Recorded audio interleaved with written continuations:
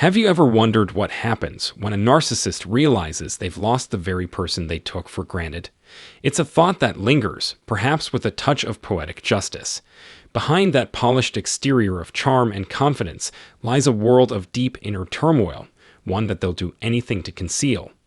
But what if I told you that their suffering could grow so overwhelming that they might actually reach out to you? Not because they've changed, but because they're desperate to mend the fragile world they've built for themselves. Today, we're going to dive into this fascinating dynamic, the complex web of regret, suffering, and fragile egos that characterize a narcissist's world.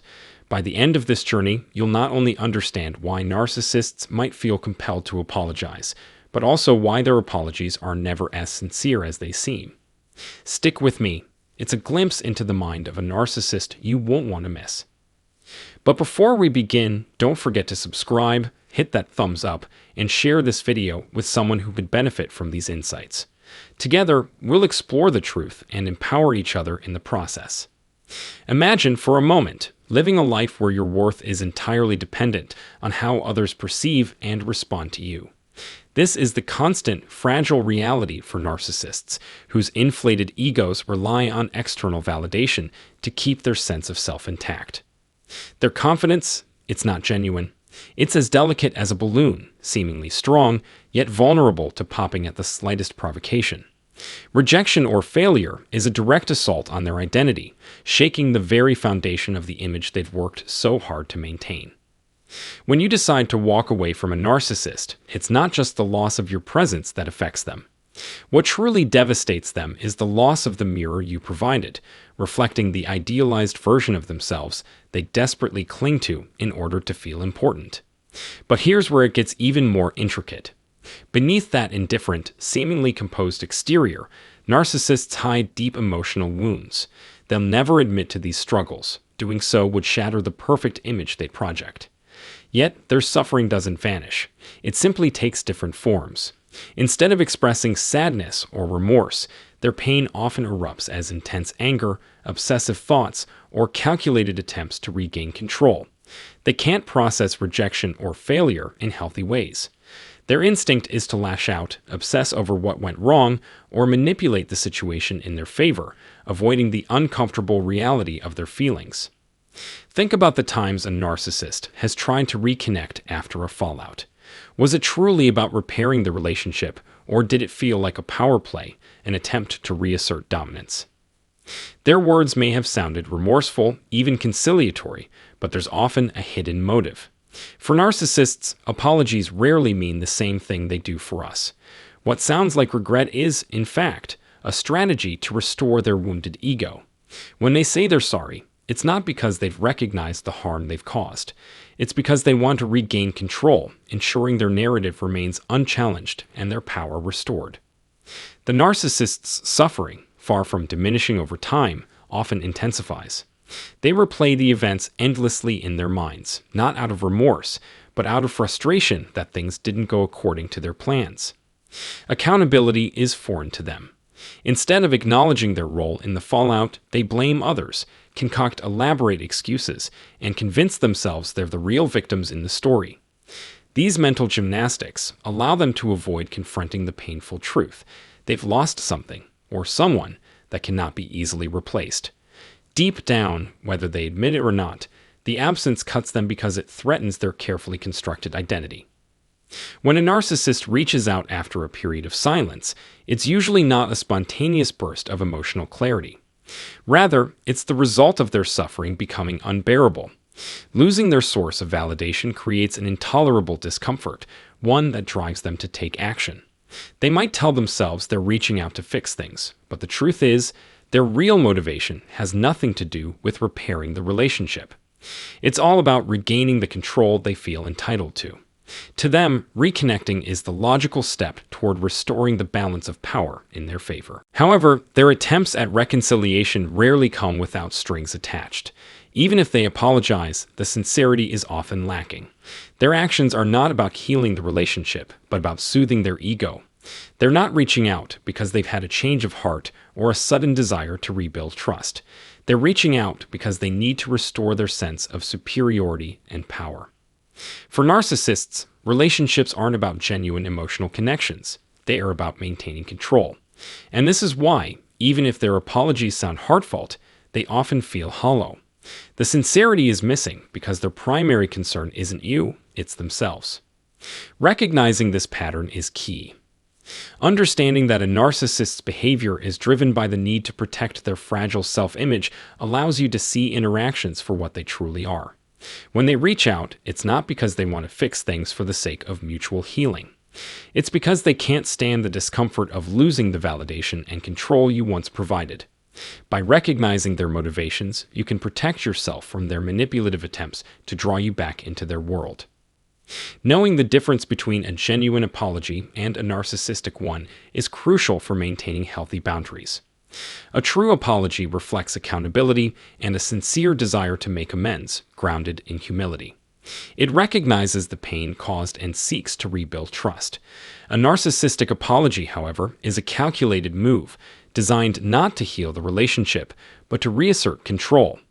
It's a self-serving tactic aimed at pulling you back into their orbit. Even if narcissists do suffer, it's unlikely to lead to meaningful change. While the discomfort may prompt brief reflection, it's rarely the kind that fosters growth. Their fragile egos prevent them from confronting their flaws or admitting their mistakes. Instead, they'll seek immediate relief by manipulating others to restore their sense of superiority. The act of introspection, of truly acknowledging their harmful behavior, would feel like an attack on the very core of their identity. So, they avoid it, choosing instead to protect their fragile self-image. When you resist their attempts to reconnect, their suffering only deepens. The usual tactics of manipulation no longer work, forcing them to face something they've spent their entire lives avoiding, their own limitations. Unable to pull you back into their world, they're forced to confront the emptiness and insecurity they've spent so much energy hiding. This experience is destabilizing and painful, often leading to frustration and desperation. But remember, their suffering is not your responsibility to fix. Recognizing this can help you break free from their manipulative grip and reclaim your own sense of worth. It's only natural to feel compassion for someone in pain, even if that person has caused you harm. The instinct to help, to hope that your empathy might inspire change or self-reflection, is powerful. After all, many believe that with enough support, anyone can improve. But the truth is far more complex. Real change must come from within. No matter how much compassion you offer, it can never replace the deep internal work a narcissist must do to change. For them, this process demands humility, accountability, and a willingness to confront painful truths. Without these elements, any change will remain shallow, short-lived, and fleeting. Focusing on your own healing, however, is a transformative choice. It creates the necessary space for your emotional well-being and growth. Setting firm boundaries is a critical part of this process. Boundaries protect you from the manipulative tactics that narcissists often employ. It's hard not to give in, especially if you're someone who values connection and empathy. But prioritizing yourself is not selfish.